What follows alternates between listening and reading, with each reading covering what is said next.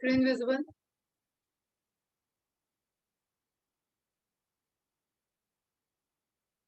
ठीक है, यहाँ तक क्लियर है सबको? तो अपन क्या देख रहे हैं कि जो सिक्रीशन है उसके अकॉर्डिंग क्या क्या फंक्शंस हो सकते। चलो ध्यान से सुनो। केमिकल डाइजेशन हो रहा है, मस्कुलर मूवमेंट हो रहा था इसलिए मैकेनिकल डाइजेशन हो रहा है। बहुत स्टार्टिंग से बता रहे हैं, एवरीथिंग शुड बी एकदम क्रिस्टल क्लियर होना चाहिए। इसके बाद एमबीबीएस में पढ़ो तो यहाँ पे कोई कंफ्यूजन नहीं, मतलब फर्स्ट डे का लेक्चर तो हमारे बच्चे एकदम यूं ऊपर से एकदम मक्खन मलाई की तरह जाने चाहिए। ठीक है। Mechanical digestion, liquification and mixing of content to produce acid chyme, जो स्ट्रक्चर है that is converted into chyme. तो फूड, फूड से बना बोलस, बोलस से बन गया काइन, एंड उसी काइन के लिए वर्ड यूज करते हैं एसिड काइन, क्योंकि इसमें एसिड मिक्स है। क्लियर? तो एसिडिक इन नेचर होगा ना। केमिकल डाइजेशन हो गया, मैकेनिकल डाइजेशन हो गया, एब्जॉर्प्शन हो गया। एब्जॉर्प्शन तो कहीं से भी चलता रहता है बेटा, एज पर रिक्वायरमेंट, ब्लड को रिक्वायरमेंट, बॉडी को रिक्वायरमेंट हो तो थोड़ा बहुत अमाउंट में एब्जॉर्प्शन चलता रहता है।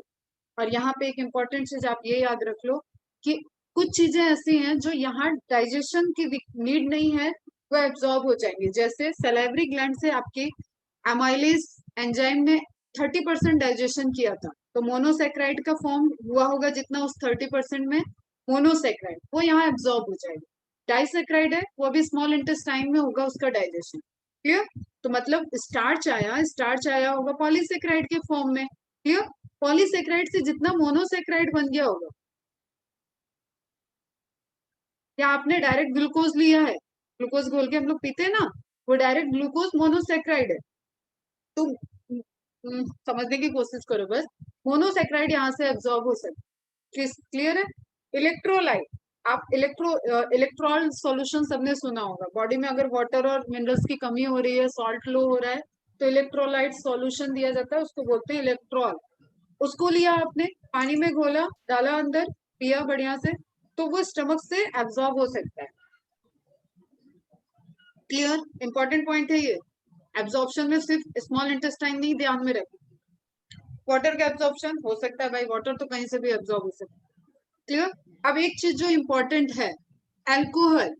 अल्कोहल जो लोग ड्रिंक करते हैं, अल्कोहल ले रहे हैं, उनके अल्कोहल का डाइजेशन तो कोई नीड नहीं है। अल्कोहल यहाँ पे जितनी प्रोसेस होनी थी हो गई, और ये यहीं से डायरेक्ट ब्लड में चली जाती। ठीक है? समझना अब बात हम क्या बता रहे हैं। अल्कोहल पीते ही जो नशा चढ़ता है जिनको, वो नशा क्यों चढ़ा? क्योंकि वो डाइजेस्ट होने में तो टाइम नहीं लिया ना बेटा, वो ब्लड में चला गया। ब्लड में गया तो वो ब्लड से घूमते घूमते वो तो जा रहा है ब्रेन में, और सारे सेल्स को इफेक्ट, जहां जहां उसको इफेक्ट करना है, नशा चढ़ाना है, वो चीज प्रोसेस हो गई। तो इन सभी चीजों का एब्जॉर्प्शन यहाँ पे हो जाता है। ड्रग्स आपने कोई लिया, ड्रग की एक्टिविटी अलग अलग लोकेशन पे होती है। जैसे कुछ आपने देखा होगा च्यूएबल टैबलेट है। क्लियर? एक B12 की स्ट्रिप आती है। ये सब कैसे? आपने ओरल कैविटी, टंग पे रखा, टंग पे च्यू किया, यहाँ पे यहीं पे सलाइवा के मिक्सिंग से इनका एब्जॉर्प्शन स्टार्ट हो गया, और ये ब्लड में चले जाते हैं और ये वर्क करते हैं। कुछ ड्रग्स ऐसी हैं जो कोटेड रहेंगी, आपने देखा होगा कोटेड है, वो मीठी लगेंगी, टच करने में थोड़ी देर अगर रह गया मुंह में तो कोट हट जाता है, फिर आपको बिटर टेस्ट आता है। क्लियर? वो कोटेड क्यों है? ताकि वो ये बक्कल कैविटी से लेके एसोफेगस वाला पैसेज पूरा पार कर जाए और स्टमक में जाके उसकी डिस्पर्जन स्टार्ट हो, मतलब वो डिफ्यूज होना स्टार्ट हो गया। ठीक है? समझो अब। तो वो जो डिफ्यूजन है वहां पे जो एक्ट करनी है ड्रग्स, वो भी स्टमक में एब्जॉर्ब होना स्टार्ट हो जाती है। क्लियर? और ये सब एब्जॉर्ब होके कहाँ जा रहे हैं? ये ब्लड जाता है आपका हेपेटिक पोर्टल सिस्टम। अगर एनिमल किंगडम याद है तो हेपेटिक पोर्टल सिस्टम बताया हुआ है मैंने एक वर्ड। एक बताया था रीनल पोर्टल सिस्टम, फिर बताया था हायर ऑर्गेनिज्म में रीनल पोर्टल सिस्टम नहीं होता है, वो एक्सटेंड हो चुका है, अब हेपेटिक पोर्टल सिस्टम सब है। इसलिए अब ये हम क्यों बता रहे हैं तुम्हें, ये जो अल्कोहल वर्ड आया उसको रिलेट करो। तो अल्कोहल पीने से लीवर क्यों डैमेज होता है, ये तुम्हें आज समझ में आंसर मिल जाएगा। अल्कोहल, लीवर वैसे भी अपना डिटॉक्सिफिकेशन करने वाला ऑर्गन है, डिटॉक्स करता है, सारी बुराइयां जितनी अंदर जा रही हैं उनको लीवर ले लेता है, और जितना उससे बियर होगा, जब तक बियर होगा वो फंक्शन करता रहेगा, इसलिए लीवर फेल होता है। ठीक है बच्चा। तो अल्कोहल का एब्जॉर्प्शन डायरेक्ट स्टमक से हो जाता है, स्टमक से वो ब्लड में गया और वो ब्लड हिपैटिक पोर्टल सिस्टम के थ्रू लीवर में गया। अब आगे लीवर के टाइम में बात करें। यहाँ समझ में आ रहा है सबको? हाँ, एक इम्पॉर्टेंट नोट है डाइजेस्टिव सिस्टम से रिलेटेड, स्टमक से related.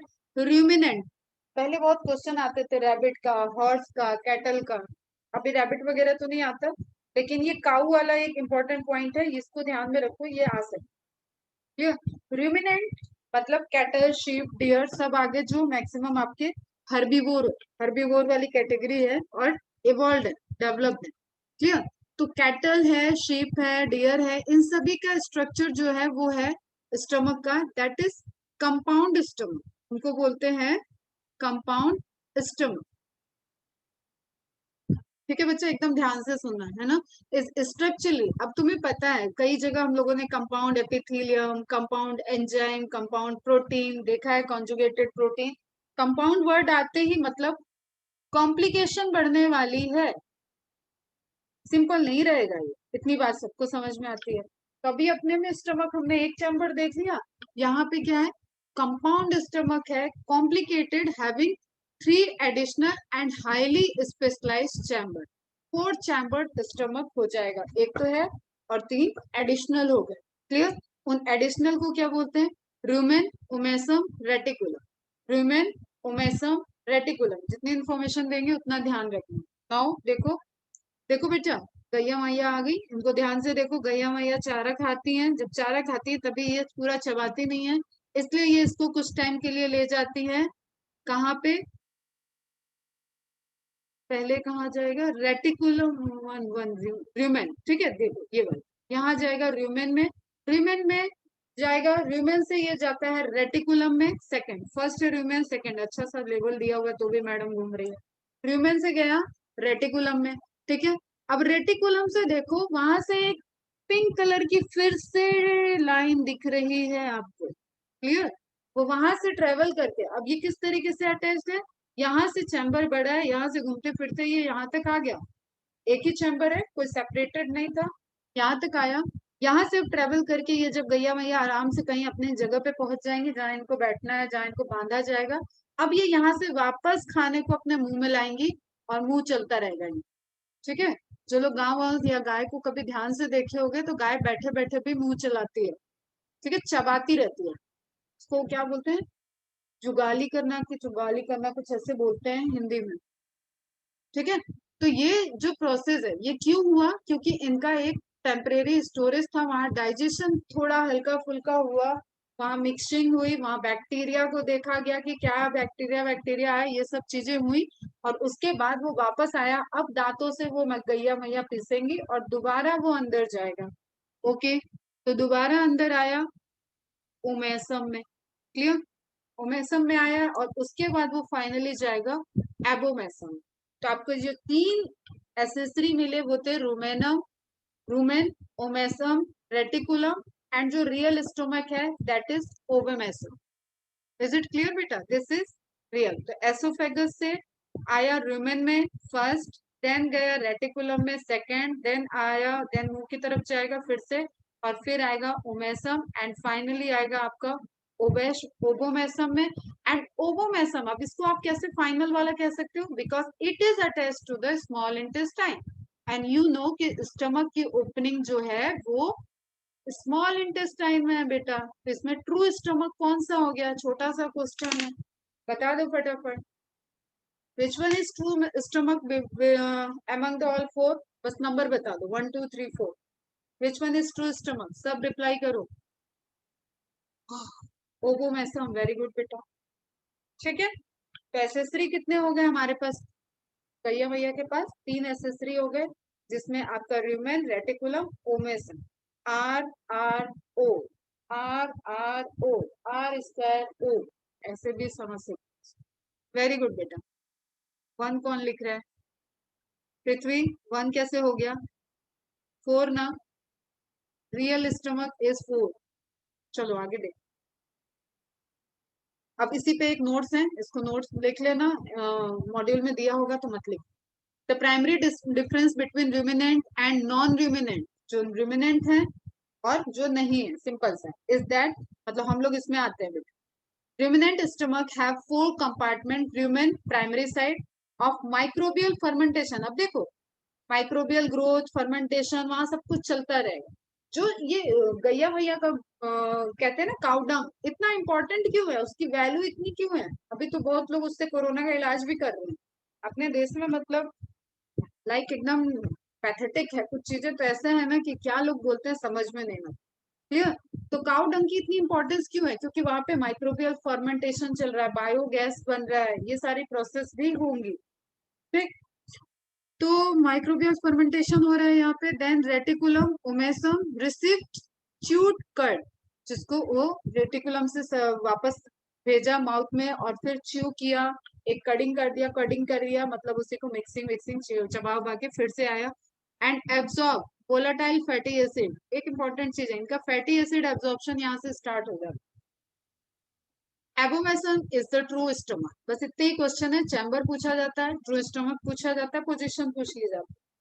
The food is first swallow, पहले स्वेलो होता है, as such it is then pulped and fermented in a special chamber of stomach and then regurgitated, मतलब दोबारा वो वापस आया back into buccal cavity in the form of curd for chewing at leisure, और वहां पे एक फिर से वो चिपचिपा सा चिकना सा सारा सलाइवा वलाइवा मिक्स करके वहां पे उसका च्यूइंग मैकेनिज्म होगा एंड अगेन वो ट्रांसफर होगा और अब एवोमेस्ट्रम में बाकी रेस्ट ऑफ द डाइजेशन उसका हो जाएगा। इज इट क्लियर बच्चा? ठीक है, समझ में आया? तो च्यू करके वो ओमेस्ट्रम में आया, ओमेस्ट्रम से अब देखो वो इधर की तरफ र्यूमेन की तरफ नहीं जा रहा है, सिर्फ ब्लू वाले एरो को देखो। ठीक है, तो वो एबोमेशम में गया, अब रेस्ट ऑफ द डाइजेशन उसका एबोमेशम में होगा एंड देन वो फाइनली ट्रांसफर हो जाएगा स्मॉल इंटेस्टाइन। ठीक है, इसी को बोलते हैं कंपाउंड स्टमक। एंड अपना वाला स्टमक कैसा हो गया? सुंदर simple, simple stomach. Clear? 4 compartment है, 1 कंपार्टमेंट है या नो कंपार्टमेंट कह सकते हैं, मतलब कोई इंडिविजुअल कंपार्टमेंट नहीं। कट मीन्स बोलस जैसा, हाँ यू कैन सी, कह सकते। Prominent microbial digestion, yes microbial digestion बहुत अच्छे से होता है। इनका फर्मेंटेशन की प्रोसेस आपने पढ़ी है ना बेटा, फर्मेंटेशन पढ़ाया है मैंने एनारोबिक रेस्पिरेशन में। वही माइक्रोबियल यहाँ पे ग्रोथ करेंगे, एनारोबिक फर्मेंटेशन कर देंगे तो बढ़िया माइक्रोबियल डाइजेशन होगा। क्योंकि ये जो फूड इन्होंने खाया उस फूड से माइक्रोब्स अपने फूड को ले रहे हैं, तो वहां पे फर्मेंटेशन की प्रोसेस चले। एंड यहाँ पे क्या है? Enzymatic digestion. Can synthesis protein, protein की सिंथेसिस हो सकती है यहाँ पे। कैन नॉट सिंथेसाइज प्रोटीन, क्योंकि ये अगेन वही फर्मेंटेशन और माइक्रोबियल फ्लोरा के बहुत हाई अमाउंट में प्रेजेंट होने का सारा रिलेटेड रहेगा। लॉन्ग डाइजेस्टिव, अरे यहीं पे 4 बार घूम गया तो डाइजेस्टिव सिस्टम ये बड़ा हो गया, ये शॉर्ट है। मोर यूटिलाइजेशन ऑफ फाइबर, अब देखो तुम्हें कभी मैंने बताया है कि सेलुलोज हम लोग डाइजेस्ट नहीं कर पाते। सेलुलोज पढ़ाते वक्त मैंने बताया था कि हम लोग सेलुलोज को डाइजेस्ट नहीं कर पाते, तो हमारा फीसस का पोर्शन है सेलुलोज वहां पे प्रेजेंट होगा, लेकिन रुमिनेंट हैं जो कैटल्स हैं ये लोग डाइजेशन कर पाते हैं सेलुलोज का। और यहाँ पे इसलिए एक पूरा जो कहते हैं कि फाइबर्स जो हैं सेलुलोजिक फाइबर हैं उनका बड़ा ज्यादा अमाउंट में यूटिलाइजेशन होगा। और हम लोग सिंपल छोटे मोटे फाइबर, ठीक है, जैसे फाइब्रस डाइट ले रहे हैं, फाइबर ले रहे हैं तो उनको यूटिलाइज कर, और ऑब्वियसली वो सारा यूटिलाइजेशन डाइजेशन स्मॉल इंटेस्टाइन में होता है जाके फाइनली, इसलिए बहुत ज्यादा उसको हम यहाँ पे नहीं बोलेंगे कि स्टमक में हुए। No need to provide good quality protein diet, अब देखो बहुत जरूरत नहीं है उनको कि प्रोटीन डाइट को दे आप उसको, लेकिन जो स्टमक आप लोगों का हम लोगों का है उनको एक प्रोटीन प्रोटीन डाइट की रिक्वायरमेंट होती है। Synthesis of vitamin B, that is very important point, ये भी एक बार पूछा गया। विटामिन बी की सिंथेसिस यहाँ पे हो सकती है, बट एनिमल्स में जो आपके मोनोगेस्ट्रिक एनिमल्स हैं, मतलब कन्वर्जन ऑफ विटामिन बी है, ठीक है, फॉर्मेशन ऑफ विटामिन नहीं होगा, that is conversion, functional form में उसका फॉर्मेशन, सोर्स इसके सोर्स एक्चुअली देखो, जो हम कहें ना विटामिन बी 12 का सोर्स आपको पता होगा, विटामिन बी 12 एक एग्जांपल बता रहे हैं। बी 12 का सोर्स कोई भी प्लांट नहीं है, प्लांट सोर्स नहीं है, इसको आपको हमेशा एनिमल सोर्स से लेना पड़ेगा, इसलिए ये दही में आपको मिलता है। Curd is very good source. PH 4 to 7, 3.2 to 4, duration of digestion 4 to 7 days, आराम से खाया पिया और डाइजेस्ट करते रहो, यहाँ 12 to 24 आवर में पूरा डाइजेशन हो जाए।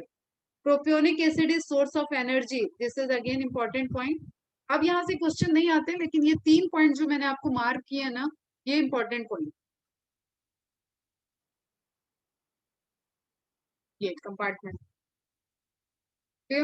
And glucose is the source of energy, ये आप सब जानते हो। मेजर सोर्स ऑफ एनर्जी जो है वो ग्लूकोज। ये होता है आपका यहाँ पे स्टमक खत्म। नाउ अबाउट द, क्या है ये, स्मॉल इंटेस्टाइन।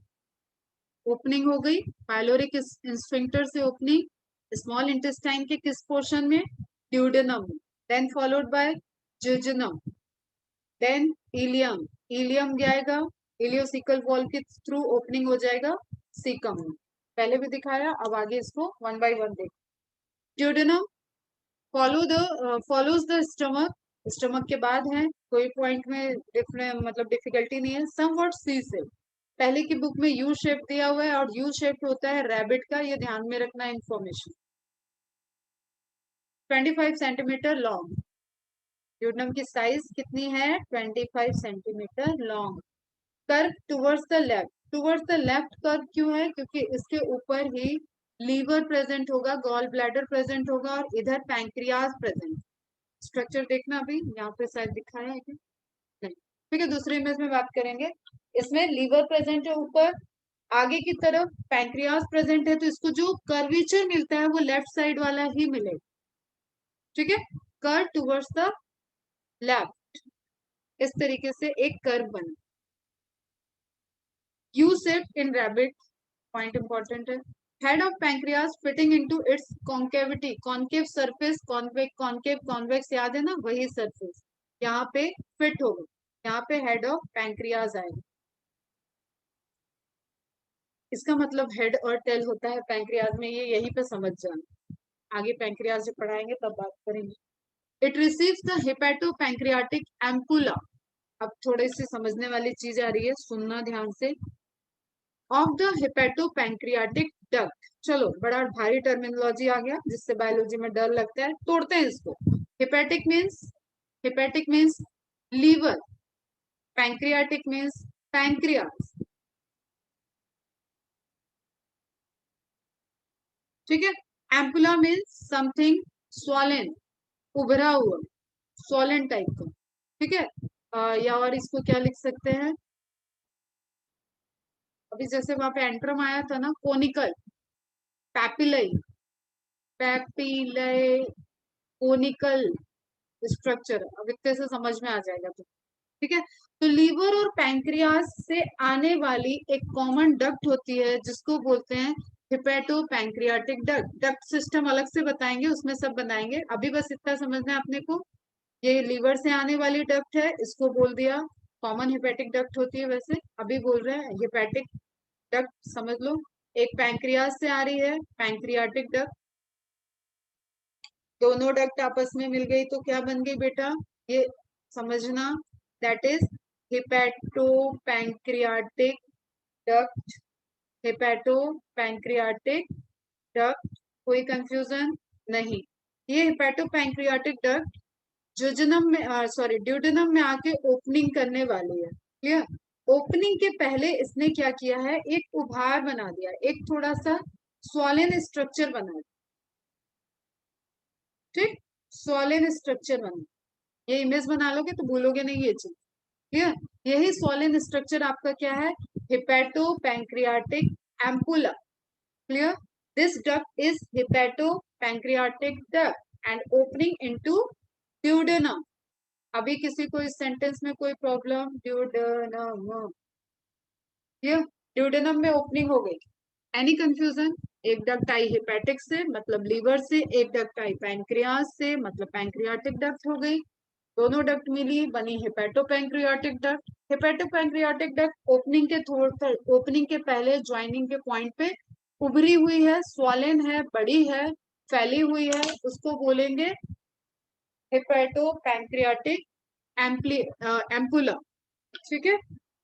अब देखो, जब ये डक्ट है, इसका सिक्रीशन हमेशा तो आएगा नहीं, एज पर रिक्वायरमेंट आएगा, तो लगा देते हैं कि यहाँ पे स्फिंक्टर आ गया। तीसरा स्फिंक्टर, नाम याद रखना, स्फिंक्टर ऑफ ओडी। ठीक है,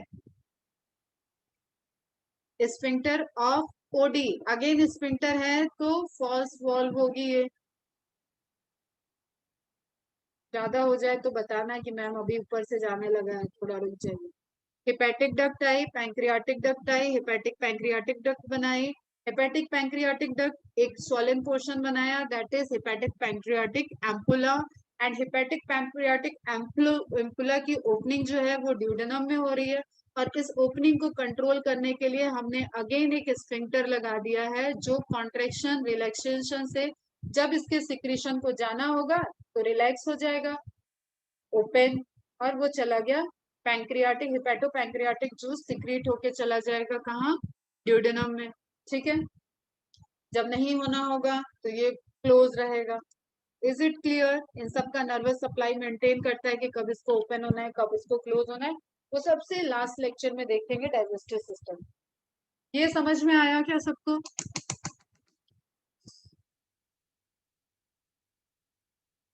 Formed by the union of bile duct, bile duct मतलब यही hepatic duct, from liver, and pancreatic duct from pancreas. The opening of this ampulla is guarded or controlled by sphincter of Oddi. किसी को समझ में आया? सिर्फ एक reply आया एलम का, यस मैम, बाकी सब चलेंगे पता नहीं।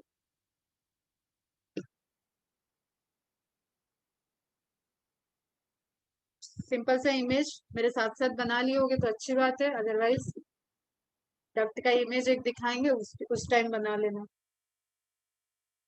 मैम दिस पेज अगेन, अभी डक्ट में ऑलरेडी रिपीट होगा। समझो कि दो दो ट्यूब हैं, वो अलग अलग जगह से आ रही है। अलग अलग जगह क्या है? First is liver, second is pancreas. Clear?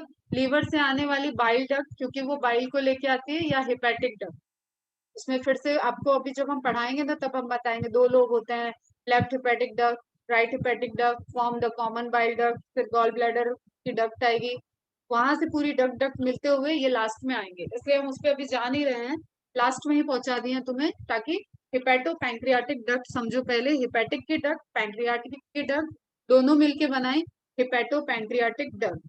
मतलब अगर this is A, this is B, तो A plus B form C, A plus B form C, and C की ओपनिंग है by the D, D is hepatopancreatic ampulla which controlled by E, and E is sphincter of Oddi। ऐसे equation लिख लो, तो A plus B is equal to C, C is followed by the D, D is open, D opening is controlled by E। तो भी आपको सब नाम तो याद रखना पड़ेगा ना बेटा।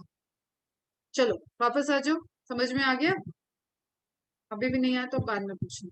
अब ये देखो, ये समवॉट सी शेप है। क्लियर? सी शेप से तो किसी को दिक्कत नहीं होनी चाहिए। इधर से आया था पाइलोरिक, पाइलोरिक रीजन से आ रहा है क्या?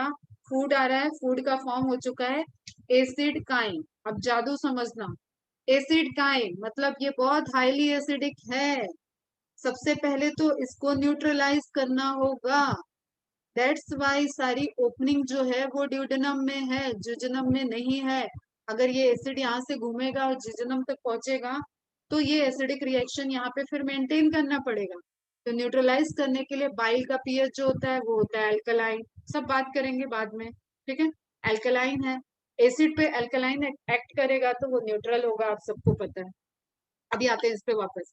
तो यहाँ पे आप देखो, ये सब पोर्शन छोड़ दो अभी। Ampulla of waiter, ampulla of waiter that is the opening, जो आप ये पढ़े ना अभी, कहाँ गया ampulla. Clear? Opening of this ampulla, जिसको बोला गया हेपेटो पैंक्रियाटिक एम्पुला, उसी का एक नेम और है एम्पुला ऑफ वेटर। अब ध्यान दो, मैंने पेपिलाई भी लिखा था उसके लिए, ठीक है, पैपिला वर्ड भी यूज होता है। मेजर ड्यूडनम एपिला, पैपिला जिसमें ओपनिंग होगी हेपेटिक सिक्रेशन और पैंक्रियाटिक सिक्रेशन। अब दोनों एक ट्यूब में आ चुके हैं तो बेटा एकदम कॉमन सी बात है, दोनों मिक्स होके आ रहे हैं और उनका सिक्रेशन होगा यहाँ पे, क्लियर, ड्यूडेनम में। फिर ड्यूडेनम की भी सिक्रेशन है, उसका भी सारा सिक्रेशन जा रहा होगा, ये सब मिलके इस एसिड को न्यूट्रलाइज करेंगे। तो ये सी शेप को ध्यान में रखो, क्लियर। एंड इसके बाद आपका आगे देखते हैं जेजनम। सिंपल सा एक चीज और थोड़ा इंफॉर्मेशन हाई हो जाएगी, लेकिन अभी बस ये याद रखो, जहां पे ओपनिंग हो रही है सुन लो तो भी बहुत है। सुपीरियर पार्ट नीचे की तरफ आया, डिसेंडिंग पार्ट, देन पैरेलल हो गया, हॉरिजॉन्टल पार्ट, देन आगे की तरफ बढ़ेगा, थोड़ा सा उठेगा, एंड देन वो जिजनम में कन्वर्ट होगा तो उसको असेंडिंग पार्ट बोलते। तो ड्यूडेनम के पार्ट इंपॉर्टेंट नहीं है आपके लेवल पे, बट सिंपल आप एक बार ध्यान रखो कि वो जो सी शेप आप ड्यूडेनम देख रहे हो, चलो ये वाला फिगर अच्छा है, यहाँ पे बताती हूँ। देखो हेड ऑफ पैंक्रियास आगे फिट हो गया, भैया बड़ा कॉम्प्लेक्स सिस्टम है, बॉडी के अंदर अगर सबको फैला देंगे तो बॉडी बहुत बड़ी हो जाएगी, ठीक है, तो सबको फिट करना है एकदम कॉम्प्लेक्स। यहाँ पे हेड है, अब ये कर्व आपको इस तरीके से इसको लेना ही पड़ेगा, अदरवाइज ये कर्व, ये लेफ्ट कर्व है, देखो ये लेफ्ट तुम्हारा, तुम्हारे साइड से ये लेफ्ट कर्व ही है, तो यहाँ पे लीवर प्रेजेंट था, गॉल ब्लैडर प्रेजेंट है, तो इसको पोजीशन ऐसी ही मिल रही है। इधर पैंक्रियाज है, अब ये इसी बीच से इसने स्ट्रक्चर बन गया और यहाँ पे सेट हो गया बढ़िया वाला, ठीक है। तो ये सी शेप ड्यूडेनम को एक्सप्लोर करोगे तो ड्यूडेनल बल्ब जो पाइलोरिक पॉइंट से अटैच्ड है, असेंडिंग पार्ट जो आपका जिजनम से अटैच होगा, बीच में आपका क्या है, सुपीरियर, डिसेंडिंग एंड हॉरिजॉन्टल। अब ये देख लो, आ जाओ, बड़ा मन कर रहा था डक्ट देखने का, थोड़ा सा देख लो। Left hepatic duct, right hepatic duct, common hepatic duct, then common bile duct, and common bile duct opens mix with, अब मार्किंग एकदम ध्यान से देखो, हम बाद में फिर से एक बार डक्ट सिस्टम पढ़ाएंगे। मार्किंग देखो यहाँ पे ध्यान से, ये मार्किंग, ये दोनों डक्ट आ रही है, ये पैंक्रियाटिक डक्ट है, ये पैंक्रियाज है बेटा, लिप लाइक स्ट्रक्चर, पैंक्रियाज है, पैंक्रियाटिक डक्ट, हेपेटिक डक्ट मिली, बनी क्या, hepato pancreatic duct, clear, pancreatic duct, hepatic duct, यहाँ पे आपका है हेपेटो पैंक्रियाटिक डक्ट, जिसमें आगे की तरफ एक स्वेलन है, स्वेलन पोर्शन, अब जितना हमने ड्रॉ किया था उतना तुम्हें समझाने के लिए किया था, उस तरीके से नहीं होगा, ठीक है। एम्पुला ऑफ वेटर बोले उसको, हेपेटिक पैंक्रियाटिक एम्पुला भी बोलते हैं, उसकी ओपनिंग आपने देखा ड्यूडेनम में हो गई और यहाँ से दोनों का सिक्रेशन यहाँ एंटर कर गया, ठीक है बच्चों, वेरी गुड बेटा। आगे चलते हैं, बाद में बात करेंगे सिस्टिक डक्ट क्या है, गॉल ब्लैडर से क्या है, सिक्रेशन क्या है। अब एक इंपॉर्टेंट चीज नोटिस करने वाली है, that is the circular fold.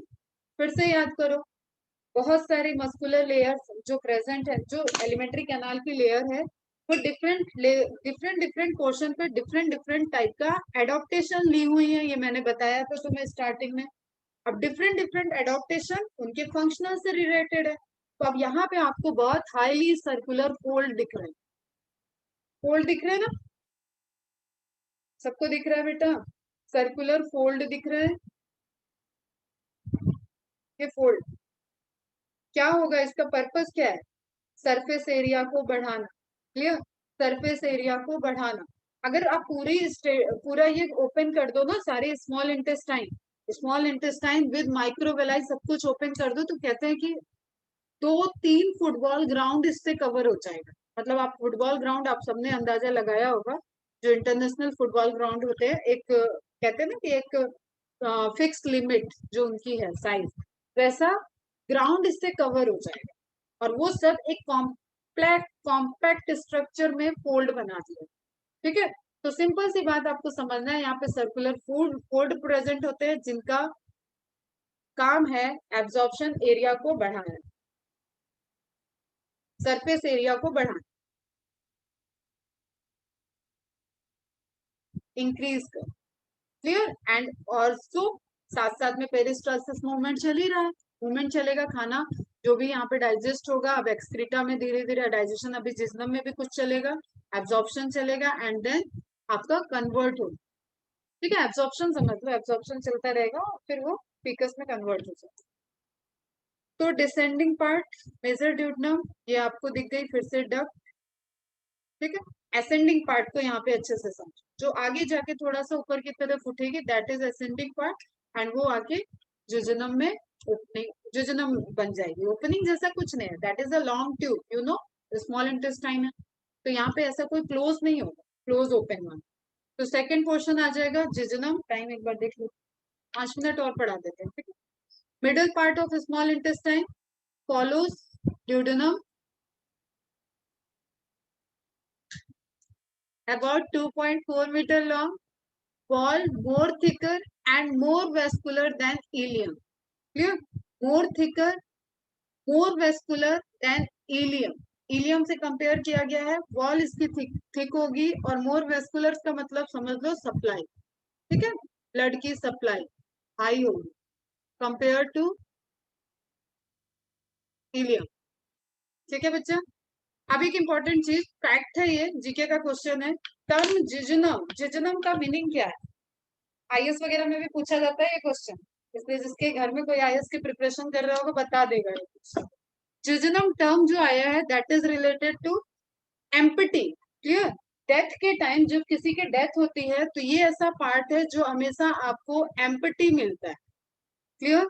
Alimentary canal का ये पोर्शन एम्पटी मिलेगा, अगर फूड खाया होगा तो वो या तो स्टमक में मिलेगा, डाइजेस्ट हो रहा होगा वो स्मॉल इंटेस्टाइन के ड्यूडेनम तक मिलेगा, लेकिन क्योंकि डेथ होते ही ये जितना आपको फोल्ड दिखाया मैंने बेटा, ये फोल्ड रिलैक्स हो जाते हैं और स्मूथ हो जाएंगे, रिलैक्स हुए तो स्मूथ हो जाएंगे, और ये फोर्सफुली फूड यहाँ से आगे जाके इलियम में रुक जाएगा। क्लियर? इलियम में मिल सकता है, रेक्टम में रहेगा एक्सक्रीटरी मटेरियल, लेकिन जुजनम हमेशा वैकेंट मिलता है, तो always found empty at the time of death, इसलिए इसका टर्म दिया गया है जेजुनम। अब आ जाते हैं ये सुंदर सा इमेज, बहुत चीजें फिर से रिकॉल कर लेते हैं, कहाँ तक पहुंचे अपन, यहाँ तक आ गए हैं स्टमक में, स्टमक से आगे चले गए हैं पाइलोरिक रीजन से, पाइलोरिक कैनाल से ड्यूडेनम की ओपनिंग देख ली, सी शेप है, लेफ्ट कर्वेचर है, यहाँ पे बात कर लिया कि पैंक्रियाज का हेड आके फिट हो गया, पैंक्रियाज की डक्ट आई, हेपेटिक की डक्ट आई, दोनों डक्ट मिली, हेपेटो पैंक्रियाटिक डक्ट बनी, एक ओपनिंग है वहां पे, हेपेटो पैंक्रियाटिक एम्पुला, ठीक है, एम्पुला से ओपनिंग हुई, स्फिंक्टर ऑफ ऑडी ने उसको कंट्रोल किया और ड्यूडेनम में आ गया। ड्यूडेनम के पार्ट देख लिए, ठीक है, superior, descending, horizontal, ascending, and then आप उसका इलियम में पहुंच रहे, जुजनम में पहुंचे, तो जुजनम के लिए हम देख रहे हैं अब ये हाईली क्वाइल्ड स्ट्रक्चर है बेटा, ये पूरा बहुत क्वाइल्ड है। क्लियर? एक इंसान के साइज से ये बड़ा होता है, अप्रोक्सीमेटली 6 to 7 मीटर इसका इलियम ही अकेले है, 3.5 मीटर, पूरे जो स्मॉल इंटेस्टाइन की साइज नैरो ट्यूब को देखें वो 6 to 7 मीटर रहती है लगभग, तो एक इंसान के साइज से तो ऑब्वियसली बड़ा है। तो आप यहाँ पे देख रहे हो कई सारे फोल्ड फोल्ड फोल्ड हैं, और ये फोल्ड आपस में मिक्स ना हो इसके लिए ऑलरेडी हमने देखा हुआ है मेजेंट्री प्रेजेंट है वहां पे जो उसको बाइंड करके रखे।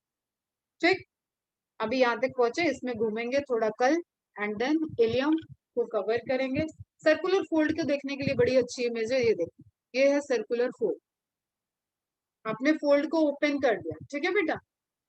फिर से लेयर्स देखो, तो अंदर की तरफ आपकी म्यूकोसा लेयर है, म्यूकोसा लेयर को ओपन करके ये क्लोज हो गया, ये ओपन हो गया, खोल दिया, तो खोलने के बाद आपको उसमें क्या दिख रहे हैं, सर्कुलर फोल्ड्स। ठीक, मेजेंट्री भी समझ में आ रहा होगा, मेजेंट्री जो उसको अटैच करके रखेगी पेरिटोनियम से। ठीक है बच्चा, अब यही सर्कुलर फोल्ड से रिलेटेड एक इंफॉर्मेशन जो आप विलाई और माइक्रोविलाई वाली देखते हो उसको रिलेट करो। पहले एक्सटेंशन बना तो क्या बना, विलाई, विलाई पे फिर से एक्सटेंशन बन गए तो क्या बना, माइक्रो विलाई। तो ओवरऑल जो सरफेस एरिया है वो कितना बड़ा हो गया, यू कैन रिलेट, आप इसको समझ सकते।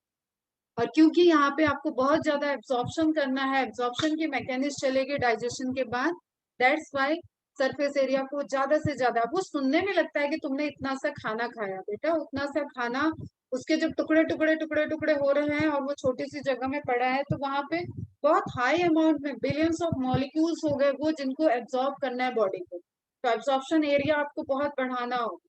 ठीक है बच्चा, तो इट इज लाइक कि आप जैसे आपने वो टॉवल वगैरह देखी होगी, टॉवल में देखा है रेशे निकले रहते हैं, ठीक है, कोई एब्जॉर्ब करने वाला क्लॉथ देखो जो कॉटन का हो, एब्जॉर्ब कर जाए, तो उन सब में ये फाइबर वाला फिनोमिना चलता है। वो क्यों हाईली एब्जॉर्ब है। आप कभी देखना, सिंपल सा एक्सपेरिमेंट करके देखना कि जो आपके सिंथेटिक कपड़े हैं, जैसे दुपट्टे का कपड़े ले, दुपट्टा भी कॉटन का आता है वैसे, जो आप बहुत फाइन कपड़े देखो, उससे आप कभी वाटर को पोंछ के, पानी को पोंछ के देखो, वो एब्जॉर्ब नहीं होगा। क्लियर, एब्जॉर्ब नहीं होगा। लेकिन जहाँ पे आप रेशे वाले कॉटन के इस तरीके की चीजें कपड़े यूज करोगे, वो एब्जॉर्ब होगा। तो सेम मैकेनिज्म यहाँ पे चल।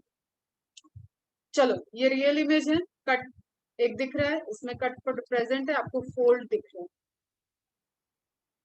अब इसके आगे कल पढ़ेंगे। यहाँ तक किसी को कोई डाउट फटाफट बता दो। सो तो नहीं गए? समझ में आया? तो धीरे धीरे चल रहे हैं, लेकिन स्मॉल इंटेस्टाइन तक पहुंच ही गए हैं, लार्ज इंटेस्टाइन भी आ जाएगा, एलिमेंट्री कैनाल खत्म हो जाएगा, उसके बाद एसेसरी ग्लैंड देखेंगे, देन डाइजेशन के मैकेनिज्म देखेंगे। 4 से 5 लेक्चर में चैप्टर को ओवर कर। नो डाउट, वेरी गुड बेटा। फिर भी एक बार सब लोग रिवाइज कर लो। चलो बाय, और नोट्स बनाना जरूर। Bye bye bye.